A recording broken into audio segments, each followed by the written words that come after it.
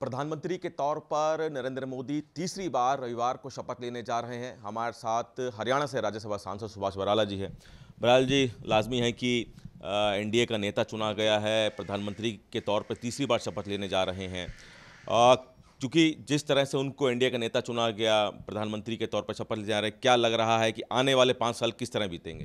देखिए, एक तो देश के अंदर बहुत बड़ा घटनाक्रम हुआ है। अब 1960-62 के बाद, यानी कि नेहरू जी के बाद, ऐसा पहला मौका आया है कि कोई भी प्रधानमंत्री लगातार तीसरी बार देश की सेवा का काम संभाल रहा है, और वो है नरेंद्र मोदी जी।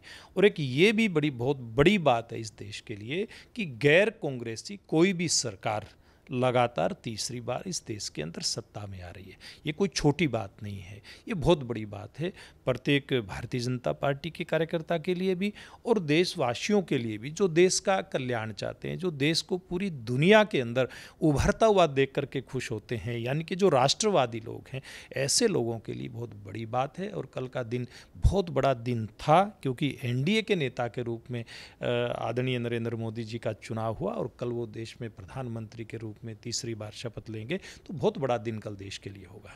विपक्षी दलों का जो गठबंधन है इंडिया, वो कह रहे हैं कि इस बार चूंकि अलायंस में सरकार है और उनको इस बात का डाउट है कि शायद सरकार 5 साल पूरी तरह से ना चले और चले तो खींचातानी में चले। क्या ऐसी कोई संभावना है? देखिए, ये संभावना मेरे कहने से नहीं खत्म होती।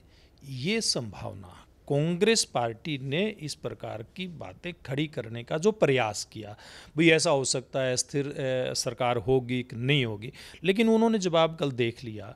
कल जिस प्रकार से एनडीए के संसदीय दल की जो बैठक थी, उस बैठक के अंदर तमाम एनडीए के घटक दल के नेताओं ने, चाहे उसमें चंद्रबाबू नायडू हों, नीतीश जी हों, चाहे एनसीपी के नेता हों, या फिर दूसरी पार्टियों के पवन कल्याण जैसे नेता हों, अपने दल के नेता हो, मांझी जी हों, यानी कि तमाम जो ऐसे नेता थे, उन्होंने बहुत विश्वास के साथ और पूरा ठोक बजा करके, जैसे हम लोग कहते हैं, ठोक बजा करके देश की जनता के सामने एक बात कही है कि हम नरेंद्र मोदी जी के साथ हैं और डटकर के साथ खड़े रहेंगे। और एक बात ये भी कही सब नेताओं ने कि मोदी जी, आप अपने तरीके से काम करिए, आपको कहीं कोई चिंता करने की ज़रूरत नहीं है। मुझे लगता है अगर ये सारा घटनाक्रम देखने के बाद भी अगर कांग्रेस पार्टी झूठ मूठ की कोई खुशी मनाती है, तो फिर कांग्रेस का तो वो कहते हैं ना, राम रुखाड़ा है। एक आखिरी सवाल की, चूंकि अब लोकसभा चुनाव संपन्न हो चुके हैं, परिणाम आ चुके हैं, विधानसभा चुनाव में ये कहें कि कुछ महीने बाकी हैं, अब बीजेपी की तैयारी लोकसभा चुनाव के परिणाम से क्या सबक लेते हुए विधानसभा की तैयारी कर रही है?